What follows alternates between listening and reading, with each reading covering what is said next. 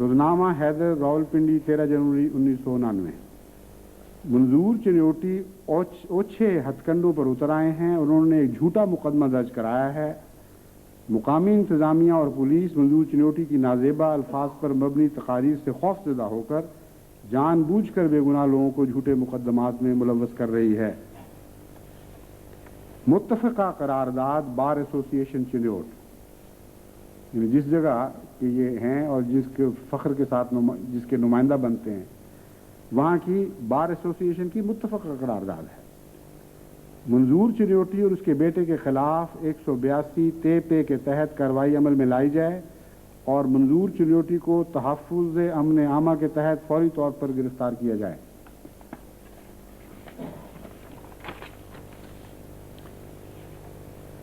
اب سنیے روزنامہ حیدر راولپنڈی کی خبر، تاریخ دیکھنے والی ہے، ایک منٹ۔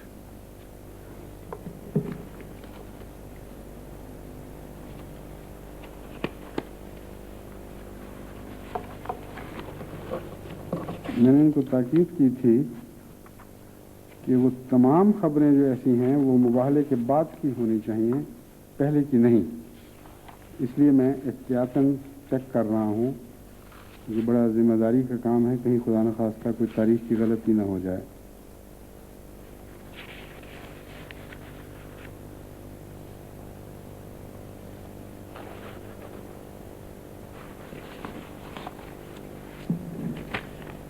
یہ جو ہے خبر کا ٹکڑا، یہ اس سے پہلے کا معلوم ہوتا، اس کو چیک کریں دوبارہ۔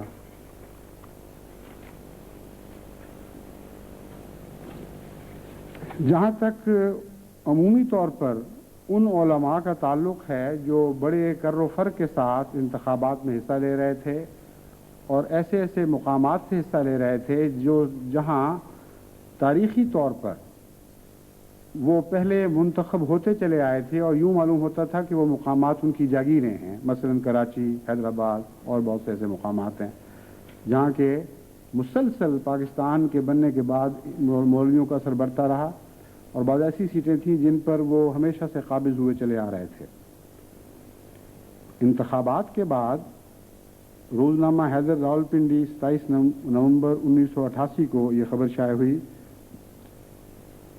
پاکستان کے عام انتخابات میں مولویوں کی اکثریت کی ناکامی۔ انجمن سعادات جعفریہ اسلام آباد کے سیکرٹری نشر و اشاعت ملک اختر جعفری اور جنرل سیکرٹری سید نقی حسین کاظمی نے عام انتخابات میں مذہبی سیاستدانوں کی شکست فاش کو ضیاء-ازم کے خاتمے کی طرف ایک بڑی پیش قدمی قرار دیا ہے۔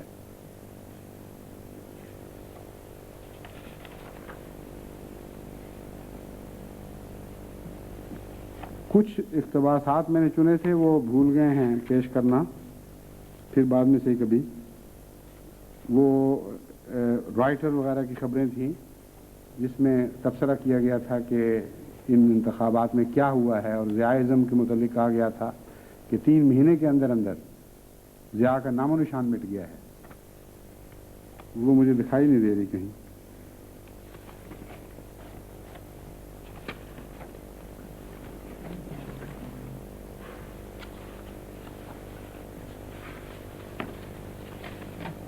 چھوڑ دیں، بس چھوڑ دیں، ہو گیا،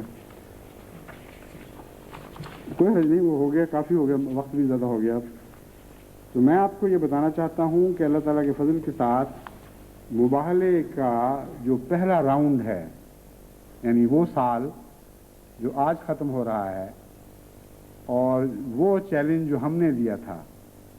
وہ عظیم الشان کامیابی کے ساتھ روز روشن کی طرح ظاہر ہو کر تمام دنیا پر احمدیت کی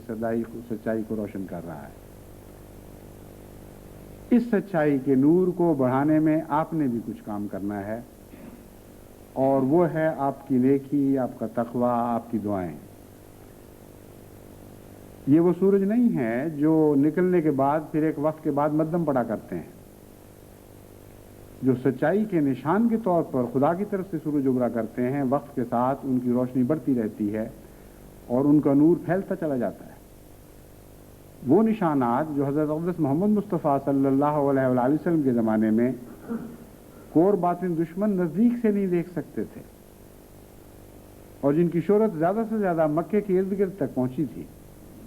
آج دنیا کے کناروں تک وہ شہرت پا چکے ہیں، اور دنیا کی عظیم قوموں تک بھی وہ نشان اپنی روشنی پہنچا رہے ہیں اور دن بدن اپنی چمک میں بڑھتے چلے جا رہے ہیں۔ اس لیے مباہلے کا یہ جو نشان ہے، یہ بھی آج اور کل تک کا نشان نہیں، نہ پرسوں تک کا نشان ہے، یہ ہمیشہ ہمیشہ کا ایک نشان ہے جس کی روشنی بڑھ سکتی ہے، اور اس کا احمدیت کے کردار سے گہرا تعلق ہے۔ بس اپنے کردار کو جتنا روشن کریں گے، اپنے سینے کو جتنا منور کریں گے، اتنا ہی احمدیت کی صداقت کا سورج روشن تر ہوتا چلا جائے گا۔ بس میری آپ سے یہی اپیل ہے کہ خدا کا شکر بھی کثرت سے کریں، اس نے بے انتہا ہم پر فضل نازل فرمائے، بے انتہا برکتیں دی، جماعت کو اتنی ترقی دی، اور جماعت کی تاریخ میں ایسے ایسے دن آئے جن کی کوئی مثال اس سے پہلے نظر نہیں آتی۔ مثلا اسی سال چند دن پہلے ایک ملک سے یہ اطلاع ملی جہاں صرف 500 احمدی تھے کہ آج خدا تعالیٰ نے یہ ہمیں دن دکھایا ہے کہ 13,800 کچھ احباب بیعت کر کے باقاعدہ جماعت احمدیہ میں داخل ہو رہے ہیں۔ اس سے پہلے 10,000 تک کی خبر تو ہم نے سنی ہوئی تھی غالباً پرانے زمانے میں کہیں، لیکن وہ بھی اس قسم کی تھی کہ ایک قبیلے میں جا کے اعلان کیا اور اندازہ لگایا کہ وہ 10,000 ہوگا، لیکن یہ کہ 10,000 باقاعدہ افراد گنتی کی پوری گنتی بتائی گئی ہے۔ 10,000 اتنے 13,000 اتنے 100 افراد جماعت میں داخل ہوئے ہیں، اور ہر طرف یہی نظارہ ہے۔ خدیجہ نذیر صاحبہ جن کو میں نے بیعتوں کے اوپر مقرر کیا ہے، جب آتی ہیں وہ ان کی بشاشت سے ان کا چہرہ کھل اٹھتا ہے، کہتی ہیں اب تک خدا کے فضل سے وہ دگنا ہونے کا جو آپ نے کہا تھا وہ خدا تعالیٰ پورا کر کے دکھا رہا ہے۔ پچھلے سال اگر 14,000 تھی تو آج 28,000 ہو چکی ہیں ایک خطے میں، اور کل کی 50,000 ہونے کی توقعات بڑی نمایاں ابھی سے نظر آ رہی ہیں۔ تو اس طرح خدا تعالیٰ نے اس سال جماعت پر فضل کثرت سے نازل فرمائے ہیں، اور بعض ایسے ممالک میں جماعت کو اثر نو زندہ کیا ہے جہاں ہمارا کوئی اختیار نہیں تھا۔ میں نے اس مباہلے کی دعا میں یہ بھی کہا تھا کہ تم دیکھو گے اگر تم زندہ رہو گے، میں نے منظور چنوٹی کو مخاطب کرتے ہوئے کہا تھا کہ اگر تم زندہ رہے تو دیکھو گے کہ جماعت مرنے کی بجائے بعض ملکوں میں اثر نو زندہ ہو جائے گی۔ چنانچہ چین ایک ایسا ملک ہے جہاں خدا کے فضل سے پچھلے چند دنوں میں اثر نو جماعت زندہ ہوئی، اور نہ صرف یہ کہ چین میں کئی جگہ جماعت قائم ہوئی ہے، بلکہ چین سے باہر جو بعض علماء نکلے تھے انہوں نے بیعت کر کے جماعت میں شمولیت کا اعلان کیا ہے، اور مجھے ان کے خط موصول ہوئے ہیں کہ ہم نے فیصلہ کیا ہے کہ ہم واپس جائیں گے تو احمدیت کے بڑے زور سے پرچار کریں گے، اور وہ اپنے علاقوں کے بڑے لوگ ہیں۔ عجیب اتفاق ہے، اور یہ اتفاق نہیں ہے، خدا کی تقدیر ہے کہ ہمارے عثمان چینی صاحب کے خسر چند دن ہوئے چین سے آئے، وہ اپنے علاقے کے بڑے عالم ہیں اور اسمبلی کے ممبر ہیں وہاں کی پروونشل اسمبلی کے، اور جماعت کے بڑے سخت مخالف۔ ان کی بیٹی مخلص احمدی ہو گئی لیکن خود مخالف۔ جب یہاں تشریف لائے تو بیٹی تنگ آ گئی تھی ان کی مخالفت سے، میرے پاس آگے قریباً رونے والی ہو گئی، باپ کو ساتھ لے کے آئی کہ ان کی سمجھ میں کچھ نہیں آتا، میں کروں کیا؟ آپ میرے لیے خدا کے لیے دعا کریں، میں تو بہت پریشانی میں مبتلا ہو گئی ہوں۔ میں سمجھانے کی کوشش کرتی ہوں، ان کی بات پلے نہیں بات پڑتی۔ ان کو میں نے کچھ سمجھایا، کچھ دعا کی، اور عثمان چینی صاحب کو بھی بلا لیا کہ بقیہ کسر وہ پوری کریں۔ چنانچہ عجیب اتفاق، یا میں اتفاق کہہ دیتا ہوں مگر اس کو کہنا چاہیے خدا کی تقدیر ہے۔ ایک دوست ان دنوں میں میرے پاس تشریف لائے، لاہور سے تھے، انہوں نے کہا کہ میں نے ایک خواب دیکھی ہے کہ علماء بعض آپ کے پاس آ رہے ہیں دوسرے ملکوں کے، بڑی دور دور سے، اور غالباً چین کا بھی اس کا ذکر تھا، میں چیک کر کے بعد میں بتاؤں گا، اور وہ ایسے علماء ہیں جو اپنے علاقے پر بڑا اثر رکھتے ہیں، اور آپ کے پاس چند دن ٹھہر کے احمدیت قبول کر کے واپس چلے جاتے ہیں، اور ان علاقوں میں پھر آگے احمدیت کی چرچے چل پڑتے ہیں۔ تو میں نے ان کو کہا کہ ایک عالم تو آج کل یہاں پہنچا ہوا ہے ایسا۔ اب دیکھیں چنانچہ جانے سے پہلے اللہ تعالیٰ کے فضل سے ان کے سارے شکوک صاف ہوئے، انہوں نے بیعت کی، آ کے مجھے دعا کے لیے تاکید کی اور ساتھ یہ وعدہ کیا کہ آپ دیکھیں گے کہ میں اپنے عہد پر پورا اترنے والا انسان ہوں، میں جا کر اپنی ساری کوشش صرف کروں گا کہ وہ سارا علاقہ عنقریب احمدیت کے نور سے منور ہو جائے۔ تو یہ مبالغے کا ایک یہ بھی پھل ہے۔ میں نے کہا تھا اگلی صدیاں اس کے پھل پائیں گی انشاءاللہ۔ بس چین میں جو اثر نو احمدیت زندہ ہوئی ہے، اس کا پھل تو اگلی صدیاں کیا قیامت تک انشاءاللہ دنیا کھاتی، چین کے لوگ کھاتے رہیں گے اور استفادہ کرتے رہیں گے۔ بس الحمدللہ جتنا بھی شکر کیا جائے کم ہے، لیکن ابھی دعائیں جاری رہنی چاہیے اور نیک اعمال کے ساتھ مبالغے کے نشان کو روشن تن کرنے کی ضرورت باقی ہے۔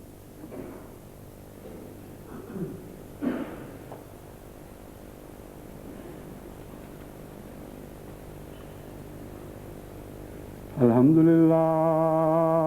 نحمده ونستعینه ونستغفره ونؤمن به ونتوکل علیہ ونعوذ باللہ من شرور انفسنا ومن سیئات اعمالنا من یهده اللہ فلا مضل له ومن یضلل فلا هادی له ونشهد أن لا إله إلا الله وحده لا شريك له ونشهد أن محمدا عبده ورسوله عباد الله رحمكم الله إن الله يأمر بالعدل والإحسان وإيتاء ذي القربى وينهى عن الفحشاء والمنكر والبغي يعظكم لعلكم تذكرون اذكروا الله يذكركم وادعوه يستجب لكم ولذكر الله أكبر